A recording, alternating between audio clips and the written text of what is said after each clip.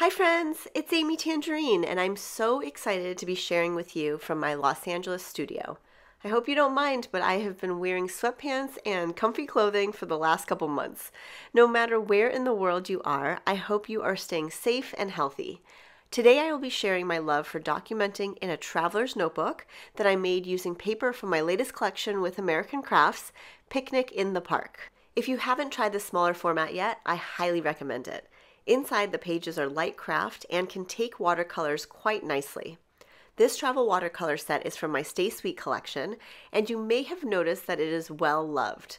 Everything you see inside of it except for the mess on the palette comes inside the kit, which folds up neatly into about the size of a sunglasses case. Another thing it doesn't come with is the water, so you'll want to fill up your water brush and then squeeze it into the pan that you desire to use. I don't mind mixing colors right in the pans, as you can see, especially when they're pretty complementary.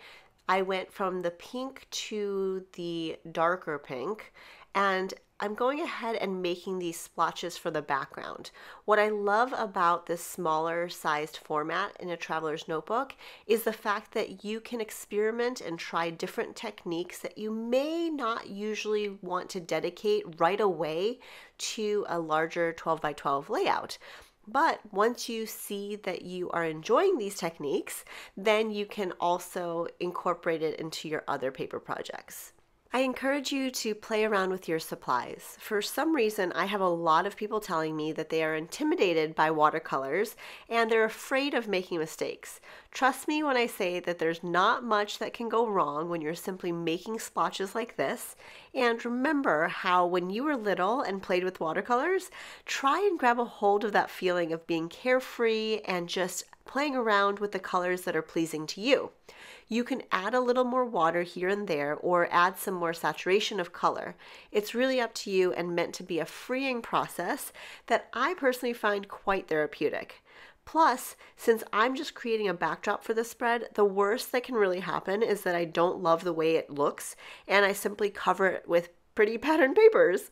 That's happened plenty of times to me. If you've ever watched videos on my YouTube channel, which is Amy Tangerine, then you will feel comforted by the fact that I make mistakes quite often and try not to be too hard on myself for them. And usually I find fun ways to cover them up that turn out better than I initially thought anyway. The placement of these markings is pretty random, and I recommend not having too much planning involved when it comes to making little marks. I try and make sure there's somewhat of a balance and a pleasing overall look to the placement, but also keep in mind that you'll want to leave some space for possibilities and, of course, embellishments. Now that I'm done, I will let it dry and go ahead and fold back up the watercolor set and put it to the side. You can also grab your heat gun if you want. I'm just giving it a little zap, but what I realize is that sometimes the paper curls a little too much if you apply too much heat to it. So I am going to instead allow it to dry, and I'll busy myself with something else, which is inside this 6x8 paper pad.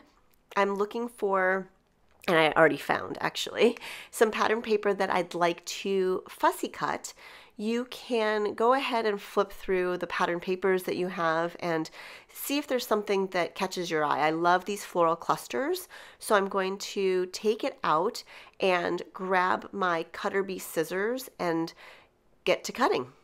I have to admit that sometimes I don't have the patience for fussy cutting unless I'm watching a video or something on TV, but because there were just 3 clusters that I had my eye on, it didn't take too much time while listening to a podcast.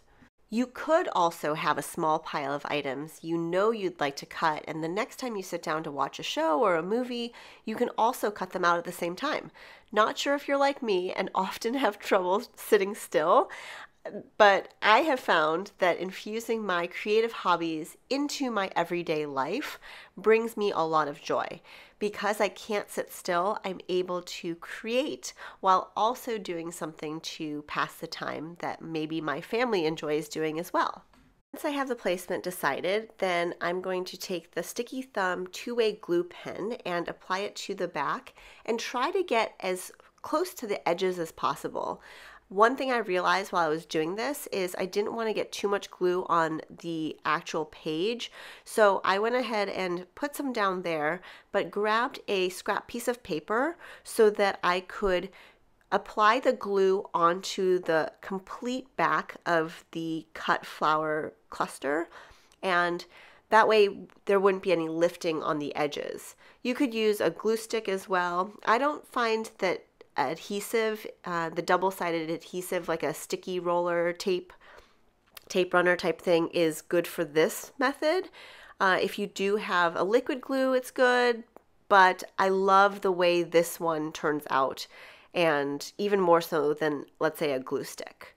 So once I have it all covered, then I go ahead and place it flat onto the page and make sure that it's all stuck down. As I was looking at gluing the left cluster down, I realized that I wanted to grab some washi tape to have it layered underneath the flower cluster before actually gluing it down. The great thing about washi tape is it's so versatile and can act like a small detail that is just part of the page, and the fact that it's somewhat translucent makes for just a nice added touch. And I think that you can go crazy with washi tape and putting a bunch of it down, but just that subtle little yellow pop back there makes me happy.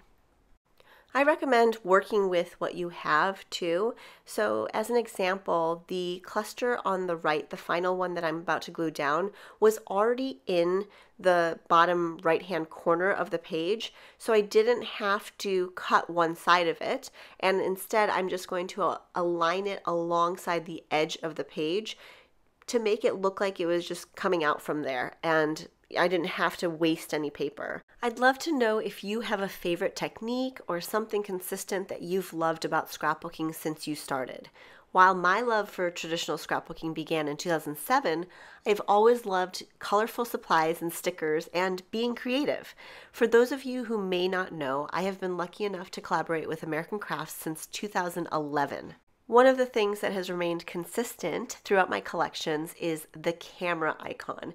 We change it up every time, but I just love it so much, and it represents so much of what scrapbooking is all about: documenting your memories, capturing the moment, etc.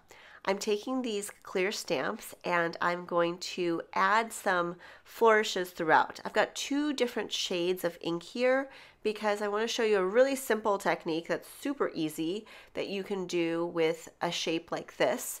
I start off with the lighter color, and then I take about half of it and stamp it onto the darker color.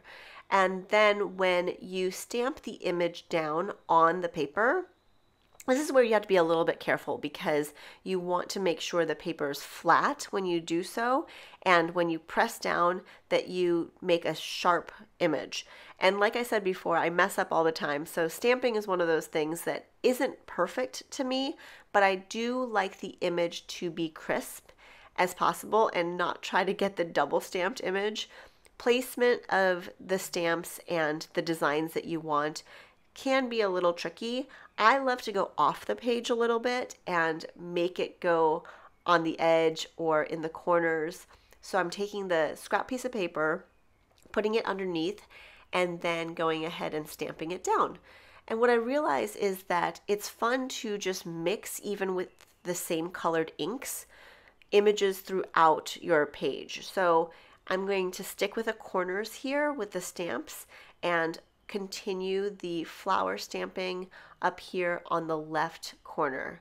And there's a nice balance that happens too. Don't get too caught up in feeling like you need to stamp all over the place, because you definitely don't. You can also change the ink color, as I've done here. I've gotten the black to stamp down Smile, which is in my handwriting, and the impression is so crisp and so nice. It feels so good when you get a great image stamped on your page. I want to go ahead and start the title above it using a mix of handwriting and also those stickers, the alpha stickers I just showed you. And the beautiful thing about these is that the pens are all black and they're my favorite point, but they are also with different words on the side. So it's a 0.03 tip, which makes really nice writing for journaling and also for planners or whatever else you might be doing. I'm going to fast forward this part because it's a little redundant. I start off on the right side with the last letter, and I'm sure many of you know this technique. You could, if you were really wanting it to be completely straight. I like my letters a little bit wonky, to be honest with you. I don't have to have it perfectly straight because that's just how I like the look. It's a little bit more organic that way. It looks a little bit more handwritten and intentional. And guess what? I don't want to spend a lot of time trying to make it straight. So that's just how I feel about my writing and my projects. I've got this overdeveloped, oversaturated picture that I printed with my Instax printer, and I went ahead and stuck it down, and I want to use these cute little pocket stickers because they have hidden journaling in them. So I want to write a few things down that I'm grateful for inside of it that maybe, I don't want other people to read. And so I realized that I need to move that picture over and then go ahead and take off the backing to this and stick it down on top of the page, but also leave room so that I can journal inside of it. I'm going to put it right here. And look, you can play around with it as much as you'd like, add some stickers to it. I love these stickers so much because many of them are clear. Layering stickers is one of, I think, my favorite parts. Embellishing in general is definitely a highlight of the whole scrapbooking experience for me. And I really encourage you to use your supplies.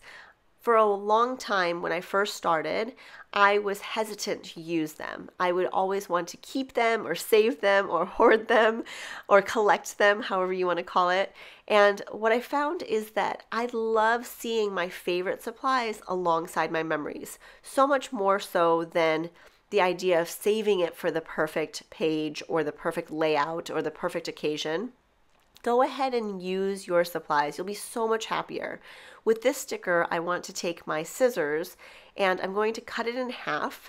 This is something that I like to do because I want the whole sticker to appear, but because this is a 2-page spread, I think it really connects together if you have the sticker going across both pages. And so I want to put it seamlessly into that seam and make it look like it was just meant to be there. Now, I think that I'm almost done embellishing. I found one of these paper clips, which is so cute, the metal paper clips, and I'm going to slide it on top of that picture right there. And it's just a great little detail.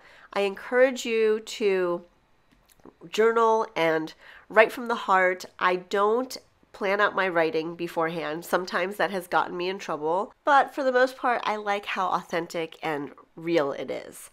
There are still so many reasons to smile. Happiness can be found right where you are, even in the middle of a pandemic. So my challenge to you is to write down a bunch of things that you're grateful for in your notebook. Use your supplies. If you use Amy Tangerine and American Crafts supplies, please tag me. And I love seeing how you come up with the best ideas for using these products. That is honestly my favorite part of designing these collections with American Crafts, is seeing what you make. So thank you so much for spending this time with me. I hope you enjoyed seeing how this came together and that you feel inspired to get those creative juices flowing.